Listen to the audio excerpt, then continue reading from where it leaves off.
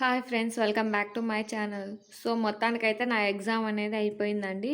So ఈ video అనేది మార్నింగే రిలీజ్ చేయాలి. బట్ నేనైతే చాలా రోజుల తర్వాత చాలా ప్రశాంతంగా మార్నింగ్ ఎక్కువసేపు పడుకున్నానండి. సో అందుకే లేట్ అయిపోయింది వీడియో అనేది. సో ఎగ్జామ్ టెన్షన్ అనేది లేదు కాబట్టి చాలా ప్రశాంతంగా చాలా రోజుల తర్వాత పడుకున్నాను. సో దట్టు చాలా డిస్టెన్స్ ఉందండి. మాకు నియర్లీ 150 కిలోమీటర్స్. నాకైతే సెంటర్ 160 కిలోమీటర్స్ ఉందండి. సో ఇంత ఇంత డిస్టెన్స్తో సెంటర్ అనేది వేయడం వల్ల జర్నీకి చాలా టైం అండ్ మనకి అలసట వచ్చేస్తుంది కదండి. సో జర్నీ చేయడం వల్ల సో చాలా అలసిపోయాను. సో అందుకే కొంచెం వీడియో అనేది లేట్గా వస్తుంది. Sorry for that. సో మీకైతే నేను కొన్ని ఇంపార్టెంట్ పాయింట్స్ చెప్తానండి ఎగ్జామ్కి.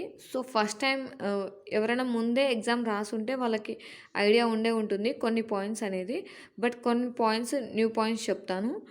సో ఎవరైతే ఇప్పుడే రీసెంట్గా ఫస్ట్ టైం కనుక ఎగ్జామ్స్ రాస్తున్నారో సో వాళ్ళకైతే నేను చెప్తానండి కంప్లీట్గా మీకు ఇన్ఫర్మేషన్ అనేది ప్రొవైడ్ చేస్తాను. సో మీకు కొంచెం ఈజీగా ఉంటుంది. సో ముందే తెలుసుకోవడం వల్ల తెలిసిన విషయమే కాబట్టి సో కొంచెం మీరు కేర్ తీసుకోవడానికి ఉంటుంది కాబట్టి కొంచెం చెప్తున్నాను. So so first of all నేను కొన్ని ఇంపార్టెంట్ పాయింట్స్ చెప్పిన తర్వాత పేపర్ అనేది ఎలా వచ్చిందో, అసలు పేపర్లో ఏమేమి వచ్చారనేది మీకు తర్వాత ఇంపార్టెంట్ పాయింట్స్ తర్వాత ఎక్స్ప్లెయిన్ చేస్తానండి. సో ఫస్ట్ అయితే నా ఎగ్జామ్ ఎప్పుడు జరిగిందంటే 11th June. Okay, so 11th June నా ఎగ్జామ్ అనేది జరిగింది. ఓకేనా. నెక్స్ట్ పాయింట్ వచ్చేసి నాకు థర్డ్ షిఫ్ట్ పడిందండి. థర్డ్ షిఫ్ట్ ఎన్ని గంటలకు స్టార్ట్ అవుతుందంటే 3 నుంచి మనకి లోపలికి అలౌ చేస్తారు. సో 4కి గేట్స్ అనేవి క్లోజ్ చేసేస్తారు. 4:30కి ఎగ్జామ్ స్టార్ట్ అవుతుందండి. 4:30 to 6 వరకు మనకి ఎగ్జామ్ అనేది జరుగుతుంది. ఓకేనా, కరెక్ట్గా. సో ఓకేనా. సో థర్డ్ షిఫ్ట్ వాళ్ళకి 3కి అనేది లోపలికి అలౌ చేస్తారు. 4కి అనేది అలౌ చేయడం ఆపేస్తారండి. గేట్స్ అనేవి క్లోజ్ చేసేస్తారు. 4:30 నుంచి 6 వరకు అయితే ఎగ్జామ్ అనేది జరుగుతుంది. ఇది థర్డ్ షిఫ్ట్ వాళ్ళకి. ఓకేనా, నాది థర్డ్ షిఫ్ట్ అండి. సో నెక్స్ట్ వచ్చేసి ఎగ్జామ్ ఎక్కడ. సో నాదైతే కర్నూలు డిస్టిక్ అండి. కర్నూలులో నా ఎగ్జామ్ అనేది కర్నూలులో పడింది. సో నాకు తెలిసి ఏపీ వాళ్ళందరికీ కర్నూలు డిస్టిక్కే ఇచ్చారనుకుంటున్నాను. నేను విన్నదైతే కర్నూలు ఒకటే సెంటర్ ఉంది అని అన్నారు. కర్నూలు ఒకటే సెంటర్ ఇచ్చారు అని అన్నట్టు నేను విన్నానండి. సో అది కరెక్టో కాదో నాకు తెలీదు, మేబీ. సో నెక్స్ట్ దీంట్లో వచ్చేసి ఇక్కడ ఇంపార్టెంట్ పాయింట్ ఏంటంటే ఇక్కడ 2 సెంటర్స్ ఉన్నాయండి. సెంటర్ 1 అండ్ సెంటర్ 2 ఉంది. సో నేను రాసిన ఎగ్జామ్ సెంటర్ కోడ్ అయితే 9070. సో ఇంకొక దానికి కూడా నాకు తెలియదండి, నాకు ఐడియా లేదు. సో ఇక్కడ అనేది 2 సెంటర్స్ ఉన్నాయి. సో ఈ 2 సెంటర్స్లో మీరు ఒక సెంటర్కి వెళ్ళిన తర్వాత అక్కడ అనేది వాళ్ళకి చూపిస్తే కనుక మీ హాల్ టికెట్ చూపిస్తే మీకు అనేది ఈ సెంటర్ ఇదే కాదనేది చెప్తారండి. సో మీరు ఫస్ట్ వెళ్ళిన వెంటనే అది చెక్ చేయించుకోండి. ఇన్ కేస్ అక్కడే ఇంకొక సెంటర్ ఉందంట. సో 2 సెంటర్స్ కదా, ఇంకో సెంటర్ ఉందంట. సో మీరు లేట్గా ఉన్నారనుకోండి, వెళ్ళిన వెంటనే చెక్ చేయించుకోండి. ఎందుకంటే మీరు కొంచెం లేట్గా ఉంటే మీకు మళ్ళీ ఆ సెంటర్కి వెళ్ళాలంటే, ఇన్ కేస్ ఈ సెంటర్ మీది కాదు అంటే ఈ సెంటర్ ఇంకొక సెకండ్ సెంటర్కి వెళ్ళాలంటే టైం పడుతుంది కదా. సో మీకు టెన్షన్ పడతారు. సో ఫస్ట్ వెళ్ళిన తర్వాత ఫస్ట్ ఈ సెంటరా కాదా అనేది కన్ఫర్మ్ చేసుకోండి. ఎందుకంటే ఇక్కడ 2 సెంటర్స్ ఉన్నాయి. ఓకేనా.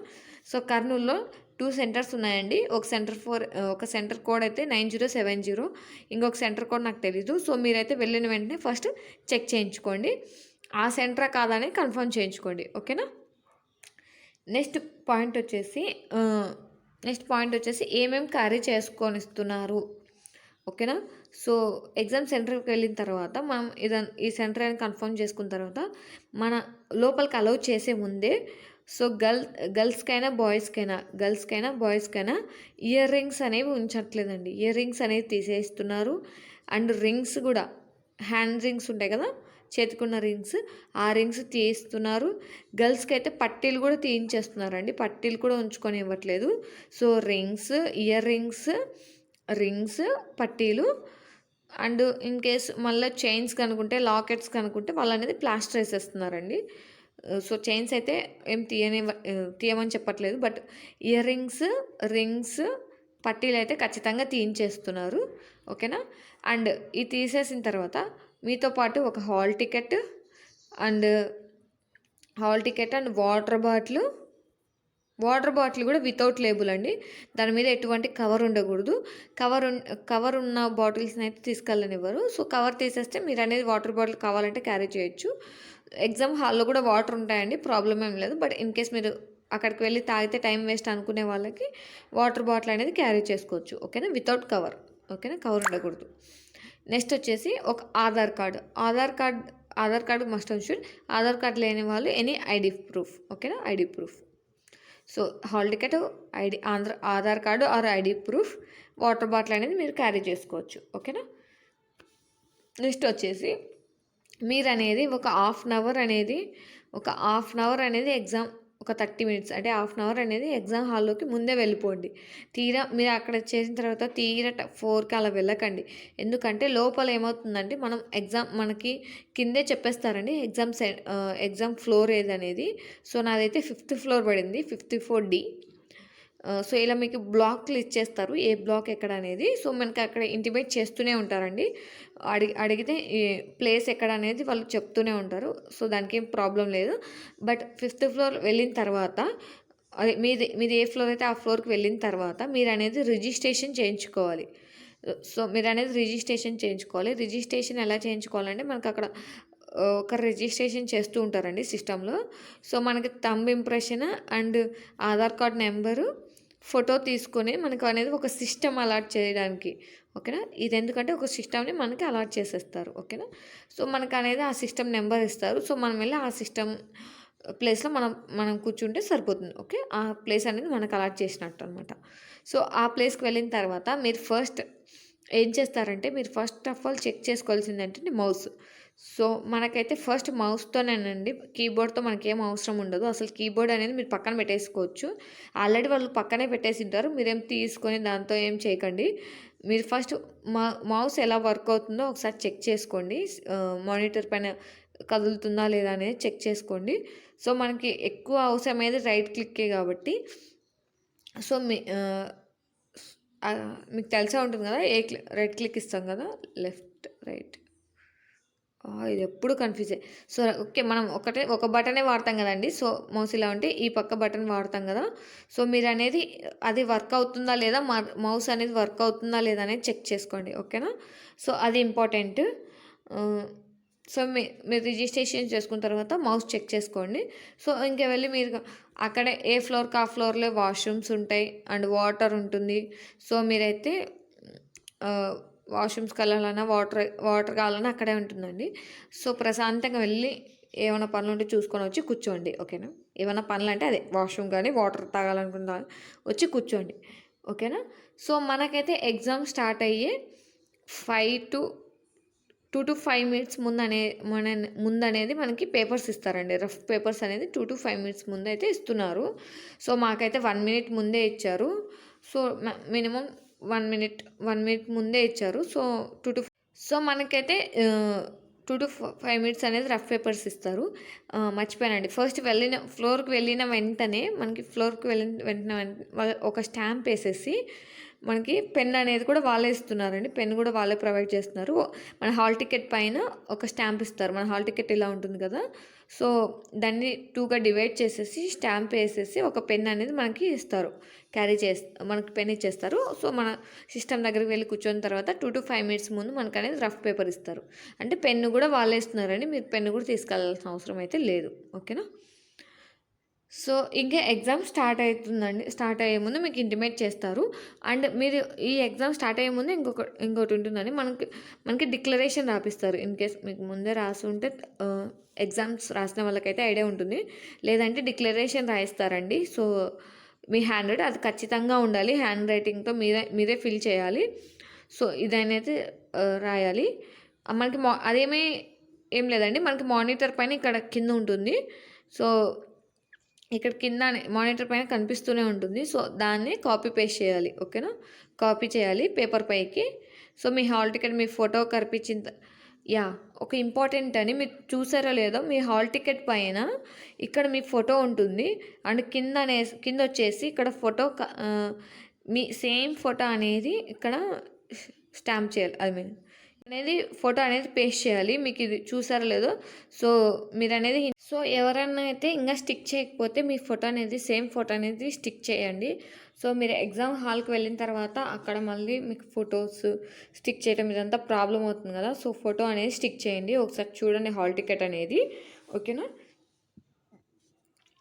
సో మీకు అనేది ఆ సిస్టమ్ అలాట్ చేసిన తర్వాత మీరు ఆ డిక్లరేషన్ చేసిన తర్వాత మీకు అనేది ఎగ్జామ్ స్టార్ట్ అవుతుందండి, ఓకేనా. ఎగ్జామ్ అనేది స్టార్ట్ అవుతుంది. సో ఇప్పుడు మనకి ఇంపార్టెంట్ పాయింట్స్. సో నా ఎగ్జామ్ అయితే నాకు ఎగ్జామ్ పేపర్లో ఎక్కువగా కనిపించిందంటే సిట్టింగ్ అరేంజ్మెంట్స్ అండి. అస్సలు నాకు తెలిసి నా నా దాంట్లోకైతే 6 to 7 అనేది ఈ సిట్టింగ్ అరేంజ్మెంట్సే వచ్చాయండి. సో ఫస్ట్ ఆఫ్ ఆల్ ఓవరాల్గా నాకు ఎలా అనిపించిందంటే పేపర్ ఏమో చూడడానికి ఈజీగానే ఉందండి. బట్ చేసేటప్పటికైతే మాత్రం హార్డ్గా ఉంది. నాకైతే హార్డ్గానే ఉందనిపించిందండి. అంటే టఫ్గానే అనిపించిందండి. ఎందుకంటే చేస్తుంటే చాలా సిట్టింగ్ అరేంజ్మెంట్స్ చేస్తుంటే కొంచెం టఫ్ అని అనిపించింది. సో చూడ్డానికి ఈజీ, కానీ చేయడానికైతే టైం సరిపోలేదండి. నాకైతే టైం సరిపోలేదు. సో ఈ సిట్టింగ్ అరేంజ్మెంట్స్ అనేవి ఎక్కువ టైం తీసుకుంటున్నాయి. సో సో ఓవరాల్గా చూడడానికి ఈజీ, చేయడానికి అయితే టఫ్ అనిపించింది నాకైతే మాత్రం. ఇది నా ఒపీనియన్ అండి. సో నాకు అలా అనిపించింది. మేబీ వేరే వాళ్ళకి ఈజీగా అనిపించిండొచ్చు, లేదంటే టఫ్గా అనిపించిండొచ్చు, ఐ డోంట్ నో. బట్ నాకైతే చూడడానికి ఈజీగానే అనిపించింది, బట్ చేయడానికి అయితే హార్డ్ అనిపించిందండి. సో ఫస్ట్ ఏమేమి వచ్చాయండి, సిట్టింగ్ అరేంజ్మెంట్స్ అనేవి వచ్చాయండి. సో మీరైతే క్వశ్చన్స్ అడగండి. నాకైతే క్వశ్చన్స్ అనేవి ఏవే కానీ గుర్తులేవు, అంత మెమరీ కూడా నాకు లేదండి. ఎప్పటికప్పుడే నేను మర్చిపోతూ ఉంటాను. సో మెయిన్ ఎగ్జామ్ క్వశ్చన్స్ అయితే అస్సలు గుర్తులేవు. సో ఎక్కడి నుంచి వచ్చాయని మాత్రం అయితే కొంచెం ఐడియా ఉందండి, మీకు చెప్తాను. మీకోసమనే గుర్తుపెట్టుకొని వచ్చాను అది కూడా. సో సిట్టింగ్ అరేంజ్మెంట్స్ నుంచి అయితే 6 to 7 ప్రాబ్లమ్స్ వచ్చాయి నా వరకు అయితే మాత్రం. నెక్స్ట్ వచ్చేసి బాగా టైం తీసుకున్నాయండి క్వశ్చన్స్ అనేవి. నాకు టైం ఎక్కువ తీసుకున్నట్టు అనిపించాయి. అంటే చూడడానికి ఈజీగానే, బట్ టైం ఎక్కువ తీసుకుంటున్నట్టు క్వశ్చన్స్ అనిపించాయి నాకైతే మాత్రం. నెక్స్ట్ వచ్చేసి జీకే అండ్ జిఎస్ క్వశ్చన్స్ అయితే నాకు చాలా తక్కువ వచ్చాయి అనిపించింది. అంటే నా పేపర్లో 100కి 40 మార్క్స్ కదా, నాకైతే 40 క్వశ్చన్స్ 40 క్వశ్చన్స్ వచ్చినట్టయితే ఎక్కడ అనిపించలేదండి. నాకేదో ఒక 20-25 క్వశ్చన్స్ మాత్రమే వచ్చాయనిపించింది. మిగిలినవన్నీ మ్యాథ్స్ అండ్ రీజనింగే వచ్చాయనిపించింది. బట్ అలా ఎందుకు అనిపించిందో ఐ డోంట్ నో, అలాగే అనిపించింది నాకైతే మాత్రం. సో నెక్స్ట్ వచ్చేసి మ్యాథ్స్ అండ్ రీజనింగ్ మాత్రం వచ్చాయండి, బాగానే వచ్చాయి క్వశ్చన్స్. కొన్ని ఒక 5 to 6 క్వశ్చన్స్ అయితే చాలా ఈజీగా ఇచ్చాడండి. చాలా అంటే చాలా ఈజీగా ఇచ్చాడు. సో నాకేమనిపించిందంటే, సో ఆన్సర్ చేసిన తర్వాత ఇది ఆన్సర్ కరెక్టేనా అని ఒక డౌట్ కూడా వచ్చింది. సో నేనైతే ఒకటికి 2 సార్లు చెక్ చేసుకున్నాను ఆ క్వశ్చన్స్కి. అంటే అంత ఈజీగా ఉంటే కొంచెం డౌట్ వస్తుంది కదా. సో ఒక 5 to 6 క్వశ్చన్స్ చాలా ఈజీగా ఇచ్చారు. సో ఇంకొకటి ఏంటంటే రీజనింగ్లో నాకైతే ఒక 2 to 3 క్వశ్చన్స్ అనేది టఫ్ అనిపించిందండి. చాలా టఫ్ న్యూ మోడల్స్ లాగా కనిపించాయి. కానీ 2 to 3 క్వశ్చన్స్ న్యూ మోడల్స్ ఇచ్చాడు. అంటే ఎక్కడా నేను చూడనివి ఇచ్చాడు. ఇంకొక 2 to 3 క్వశ్చన్స్ ఏమయ్యాయంటే కొంచెం టఫ్గా ఇచ్చాడు, కొంచెం కష్టంగా ఇచ్చాడు. అది ఎక్కువ టైం ఒక 2 to 3 మినిట్స్ స్పెండ్ చేస్తే తప్ప రాని క్వశ్చన్స్ ఇచ్చాడు కొన్ని క్వశ్చన్స్ అయితే రీజనింగ్లో. నెక్స్ట్ వచ్చేసి మ్యాథ్స్ అయితే ప్రాఫిట్ అండ్ లాస్ నుంచి ఇచ్చాడండి. నెక్స్ట్ వచ్చేసి పర్సంటేజెస్ నుంచి ఇచ్చాడు. సిట్టింగ్ అరేంజ్మెంట్స్ నుంచి వచ్చాయని చెప్పాను కదా. సో ఎక్కడ చూసినా నాకైతే అదే కనిపించింది, సిట్టింగ్ అరేంజ్మెంట్సే కనిపించాయి. అండ్ ఇంకోటి అండి, రీజనింగ్లో ఒక న్యూ మోడల్ అంటే మనం బేసిక్గా 1 to 1 క్వశ్చన్స్ అలా వస్తాయి అనుకుంటాం. బట్ ఈసారి 2 to 3 questions or 3 to 4 questions ఇచ్చినట్టు నాకు అనిపించిందండి. అదేంటంటే మనం సింబల్స్ ఇచ్చి నెంబర్స్, సింబల్స్, లెటర్స్ ఇలా ఇచ్చేసి ఇవి తీసేసి అని చెప్తారు కదా. అంటే ఇప్పుడు ఇలా సింబల్ ఇచ్చారనుకోండి, ఇలా సింబల్స్ ఇచ్చి లెటర్స్ ఇచ్చి మళ్ళీ ఇంకొక సింబల్ ఇచ్చి లెటర్ ఇచ్చి అట్లా ఇస్తారు కదా. సో ముందు సింబల్ వచ్చి తర్వాత లెటర్ వచ్చిన నెంబర్స్ ఎన్ని, లేదంటే ముందు నెంబర్స్ వచ్చి తర్వాత సింబల్ వచ్చిన లెటర్స్ ఎన్ని, ఇలా ఉంటాయి కదా. సో అలాంటి మోడల్స్ అడిగాడండి. 3 to 4 అడిగాడు. సో నాకైతే త్రీ కనిపించినట్టున్నాయి. సో ఈ క్వశ్చన్స్ 3 అడిగాడండి. అండ్ నాకైతే ఎంబెల్డ్ ఫిగర్లు కానీ అండ్ మిర్రర్ ఇమేజెస్ కానీ కంప్లీట్ ద ఫిగర్ కానీ సో ఇలాంటి క్వశ్చన్స్ అనేవి ఏవి రాలేదండి అసలు. ఈ క్వశ్చన్స్ అయితే రాలేదు. ఇంకొకటి ఏంటంటే ఇది వెన్ డయాగ్రామ్స్ ఉంటాయి కదండి. సో ఇలా ఇచ్చి నెంబర్స్ ఇచ్చి ఇలా ఉంటాయి కదా. సో ఇవైతే 1 క్వశ్చన్ వచ్చిందండి. ఒకటైతే వెన్ డయాగ్రామ్ నుంచి వచ్చింది. నెక్స్ట్ ఇంకా ఏమున్నాయి, రేషియోస్ నుంచి అండి ఒక క్వశ్చన్ వచ్చింది. రేషియోస్ నుంచి ఒక క్వశ్చన్ వచ్చిందండి. నెంబర్ సిస్టమ్ నుంచి 1 to 2 క్వశ్చన్స్ మాత్రమే వచ్చాయండి. నాకైతే నా షిఫ్ట్లో 1 to 2 క్వశ్చన్సే ఇచ్చారు. నెక్స్ట్ ఇంకా ఇంపార్టెంట్ ఏమున్నాయి, simple interest and compound interest నుంచి కూడా ఒక 2 to 3 క్వశ్చన్స్ వచ్చాయండి. సో అది చూసుకోండి. సో మెయిన్గా సిట్టింగ్ అరేంజ్మెంట్స్ అనేది బాగా చూసుకోండి. Next simple interest, compound interest నుంచి చూసుకోండి. ప్రాఫిట్ అండ్ లాస్ నుంచి చూసుకోండి. పర్సంటేజెస్ చూసుకోండి. నెంబర్ సిస్టమ్ నుంచి 1 to 2 క్వశ్చన్స్ మాత్రమే వచ్చాయి. నెక్స్ట్ ఇంకేమున్నాయి,